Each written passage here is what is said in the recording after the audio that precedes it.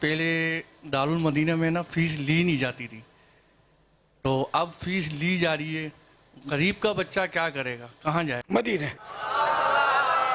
میرے غریب بھائی یا غریبوں کے ہمدرد، غریبوں کے حامی، اللہ آپ کو سلامت رکھے۔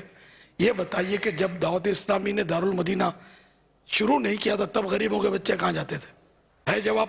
نہیں ہے، نہیں ہے تو نہیں ہے، لا جواب۔ دراصل مسئلہ یہ ہوا کہ ہم نے جتنا ہم سے ہو سکا ہم نے فری تعلیم دی، تو اب اس میں طبقے یعنی کہ وہ کچھ طبقے بن گئے۔ ایک طبقہ جو بغیر فیس کے پڑھانے کے لیے تیار نہیں ہے، پر ہم زکوٰۃ خیرات میں اپنے بچوں کو نہیں پڑھائیں گے۔ یعنی کہ یہ جو دنیاوی اعتبار سے جو اپر لیول کا طبقہ ہوتا ہے نا، پیسے والا، اس میں یہ اپنے بچے دینے کے لیے ہم کو تیار نہیں ہے۔ ہم کو ان کے بچوں کو بھی نعتیں پڑھانی ہے اور مرحبا کی دھومیں سکھانی ہے، اور ان کو بھی مطلب نمازی بنانا ہے کہ بڑے ہو کر نمازی بنے، رمضان کے روزے رکھیں اور نیک بنے، اچھے اخلاق کے مالک بنے۔ تو وہ بولتے ہیں ہم تو پیسوں سے پڑھائیں گے۔ خیر، ایک تو یہ مطلب صورت، اب ان کو پیسے دیں گے تو ان کے مطابق اسٹینڈرڈ بھی چاہیے، یہ بھی ہے۔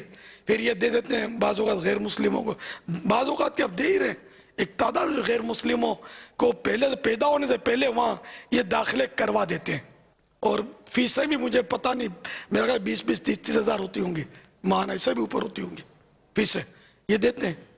ایک طبقہ یہ سامنے آیا، اس سے پہلے اس کا پتہ نہیں تھا۔ اچھا، اور جو اصل مقصد یہ کہ اب یہ جو دارالمدینہ، چونکہ اس میں دنیاوی تعلیم بھی موجود ہے اور دینی تعلیم بھی موجود ہے، تو اب ہمارے لیے اس کے عطیات کا شعبہ جو ہے نا وہ الگ کرنا پڑا مفتیان کرام کے حکم پر، کہ اس میں نہ تم قربانی کھالے لگاؤ گے، نہ تم زکوٰۃ کا ہیلا کر کے لگا سکتے ہو۔ اس طرح کے کچھ مسائل کہ دعوت اسلامی کے نام پر جو تمہارے پاس عطیات ہیں وہ نہ لگاؤ، اس میں الگ سے اس کے لیے عطیات کرو۔ تو اب ساری دنیا میں جال بچھانا ہے، مدنی جال۔ آپ بتائیے کہ ہم اربوں خربوں روپے کہاں سے لے آئے؟ کون دے گا ہم کو اتنے عطیات؟ کون دے گا جو صرف دارالمدینہ کے مد میں ہوں؟ تو بڑا سوچ بچار کر، بحثیں کر کر کے ڈر کے ہم نے مطلب یہ فیصلہ کیا کہ اب بغیر فیس کے ہم چل نہیں سکتے۔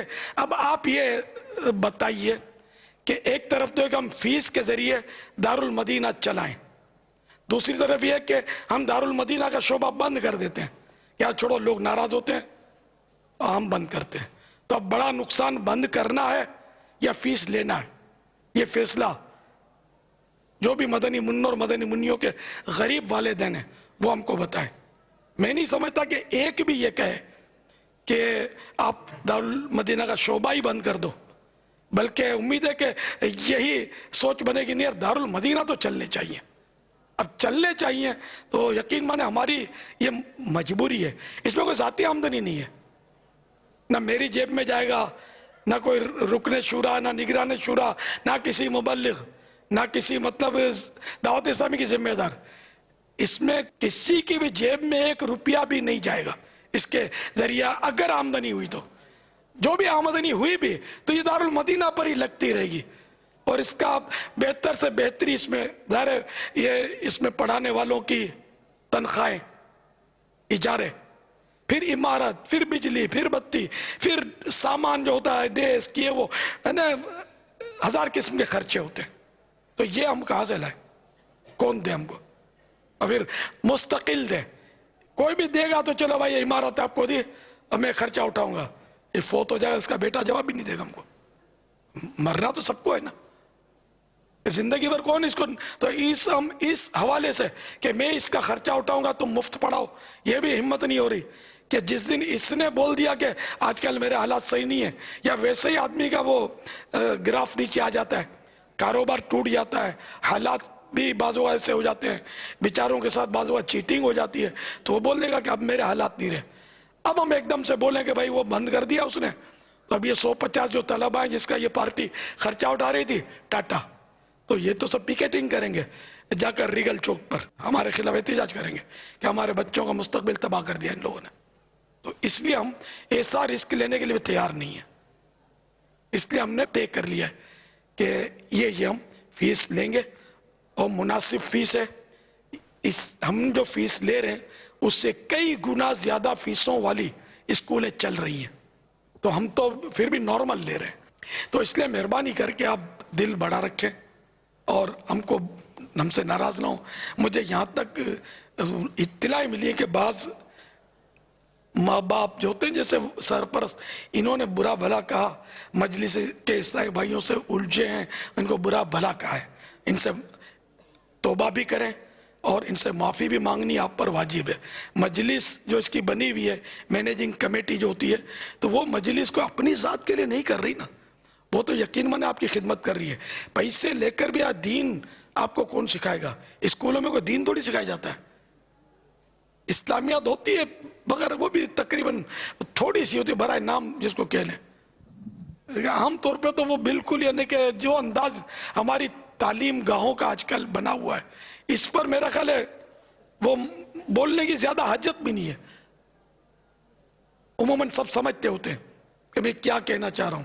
تو ہم تو ایک اچھا قدم اٹھائے ہوئے ہیں کہ جس سے اللہ کے دین کی خدمت ہو.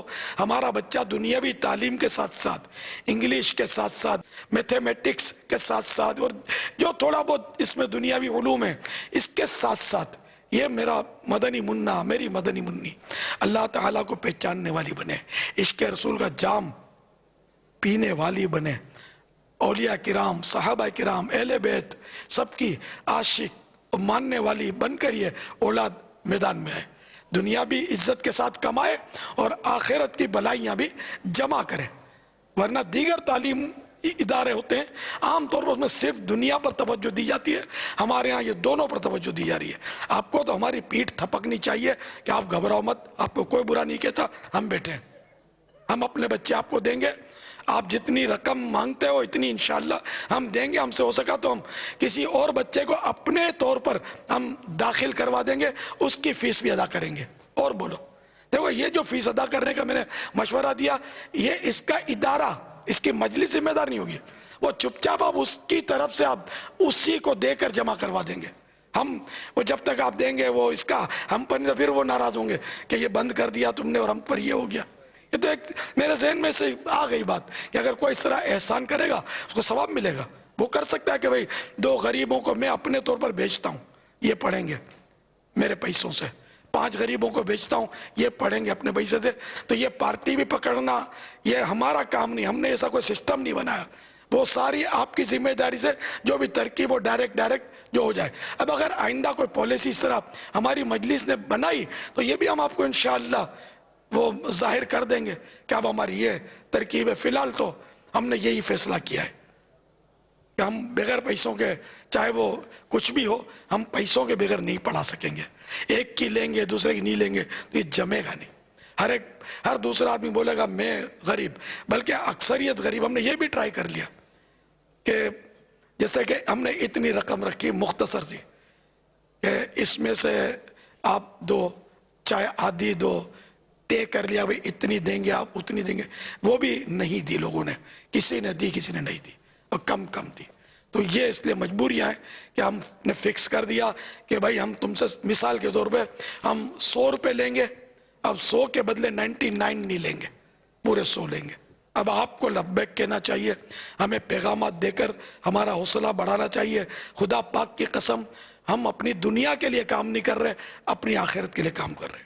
کہ کسی بہانے لوگ اپنے بچے ہم کو دیں, ہم انشاءاللہ ان کو نمازی بنائیں گے, ہم سنتوں کا پابند بنائیں گے, ہم شریعت کا پابند بنائیں گے, ہم ان کو با اخلاق با کردار مسلمان بنائیں گے. یعنی ہماری یہ خواہش ہے.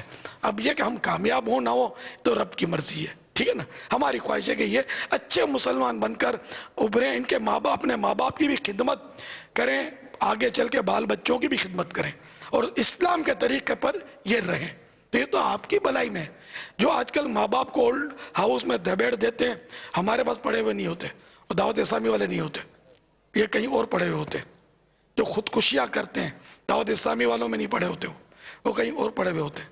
ہمارے کو دے کر تو دیکھو کتنا فرق پڑتا ہے. آپ دیکھیں آپ کی دنیا بھی انشاءاللہ سنور جائے گی، آپ کی آخرت بھی انشاءاللہ سنور جائے گی. میں اپنی ذات کے لیے جس دن 1 روپیہ بھی مانگوں نا، آپ مجھے دھتکار دینا، ٹھیک ہے؟ لیکن میں تو آپ سے مانگ رہا ہوں تو آپ ہی کے لیے مانگ رہا ہوں، آپ کی آخرت کے لیے مانگ رہا ہوں.